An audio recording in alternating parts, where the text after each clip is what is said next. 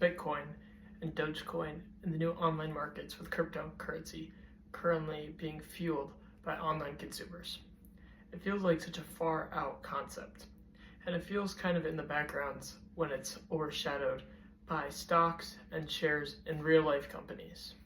The crazy thing is, though, it is $1 million industry with so many people using it to become rich. Unfortunately, there is a dark side to this website and to this selling market. In this podcast, we will show you the extreme story of the McAfee crypto pump and dump fraud. John McAfee and Jimmy Watson were the original people who committed this pump and dump fraud using online social media platform Twitter. They worked in cybersecurity previously and were looking to make bank off this new illegal opportunity. McAfee had around 1 million followers on Twitter where he conducted his pump and dump scheme. Crypto is a weird subject because the prices of cryptocurrency can fluctuate so much just in a matter of seconds, and is based on how many users spend money on the coins or put their finances into it. John McAfee would go into business with companies making these cryptocurrencies and make packs to create this large platform for these cryptocurrencies. And he would display this to his followers in order to try to make them buy the cryptocurrency, which would boost the price significantly. The problem with this scandal, though, he would heavily invest into the coin before anybody bought it. He would buy these extremely weird, uncommon, different coins at an extremely low price. And once everybody bought them, they would fluctuate to a super high price. He wouldn't tell anybody about his own financial stake in the companies, which we'll later find out and talk about how this was illegal and got him arrested. But this would make him an absurd amount of money through 2 different platforms. You can already tell the unethical behavior that surrounded this fraud. McAfee didn't have a company. In fact, besides Watson, he was doing this on his own. It was an elaborate scheme that lasted a decent and long amount of time before anybody finally realized what he was doing. Thankfully, now regulations have been set up to avoid these schemes from happening. But before we get into more deeper of the context of the situation, it's important to know and understand how smart of a guy McAfee was to conduct this scheme. So many people were susceptible to his inhumane acts. I think a major thing that could have been avoided was a heavy research into the prior history of the stocks and weekly coins that McAfee was promoting and investing into. Now, I'm not saying that these people blindly invested into the coin, but through an intense examination, I think a lot of money could have been saved by recognizing and realizing that in the long terms, these coins had financial negative effects that many were going to play into. Also, another big thing that could have stopped this fraud from happening were the companies being more outspoken about the situation and McAfee coming in contact.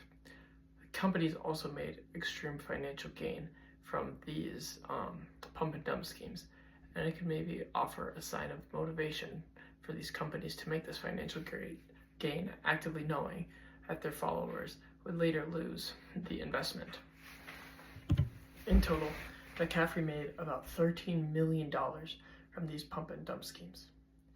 Now, this money wasn't coming from anywhere, as many of his millions of supporters were actively feeling the consequences of it. Financial losses that these people had, or maybe some amounts of money that some people weren't able to recover from. The consequences of these people that invested into the coins, they vary, Some people might have invested a little bit of money, a lot of money, and it all corresponds to how much they're making in wages. But to think that he actively put people's life savings on the lines for these coins is absolutely crazy to think about. And it's why the scandal is so important to discuss in order to make sure scandals like this don't happen in the future. The fraud was discovered almost an aha moment when the government and Department of Justice were looking over McAfee's social media presence, his actions, and his financial portfolio.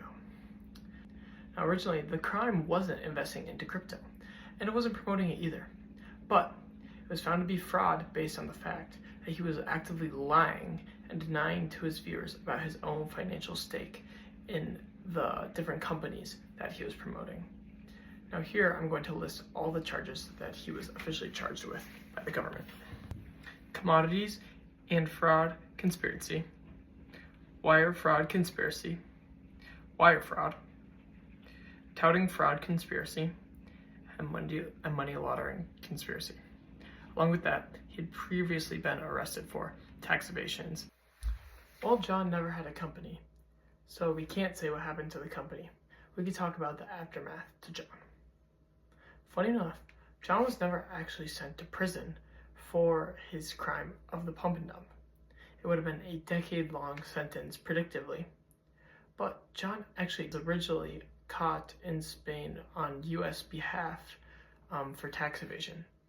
He died after 9 months in jail. It's important for us to assess the fraud triangle that may have led McCaffrey into committing the fraud.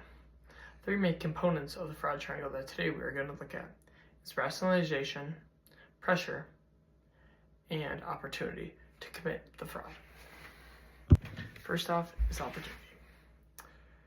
McCaffrey had an easy way to make a lot of money. McCaffrey obviously and clearly wanted to make a lot of money, and he wanted to have a decent internet profile and wanted to be influential in some ways. Not a lot of people have made these different public pump and dump scams before, and it wasn't like circulating really heavily in the market, since obviously cryptocurrency is a newer incoming financial risk and stock to the market.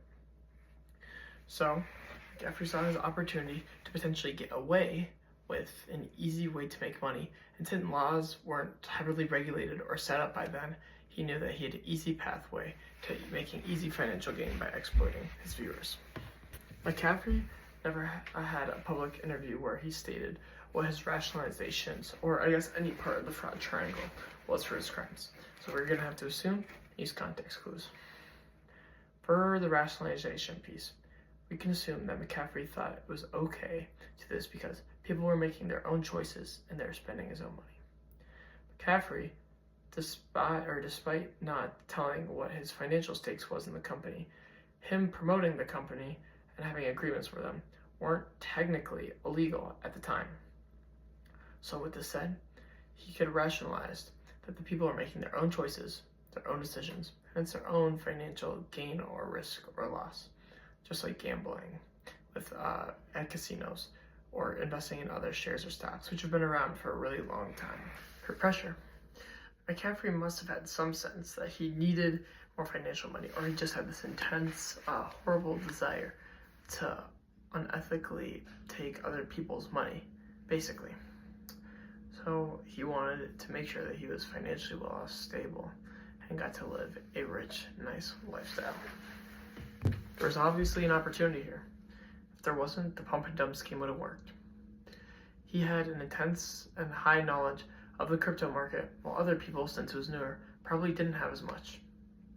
There was also not as heavy regulations at the time on the crypto market and financial disclosure about personal wealth and affairs. So, with this said, he might have thought that he could have gotten away with it a little bit easier due to the recency of the crypto market. He knew that other people are going to invest heavily in this due to a social media platform. If you have 1 million followers and you're constantly presenting these coins, it's highly likely that a chunk of them or a percentage of them will spend money and put money into the coin.